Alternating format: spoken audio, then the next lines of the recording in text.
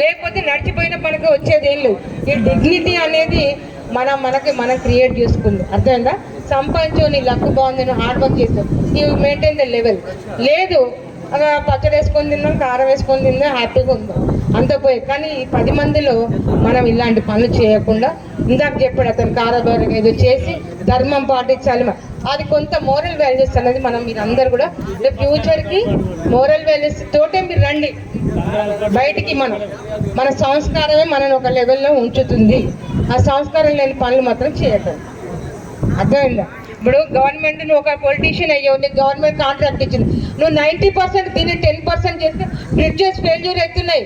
అది ఎవరి ప్రాపర్టీ? మనదే.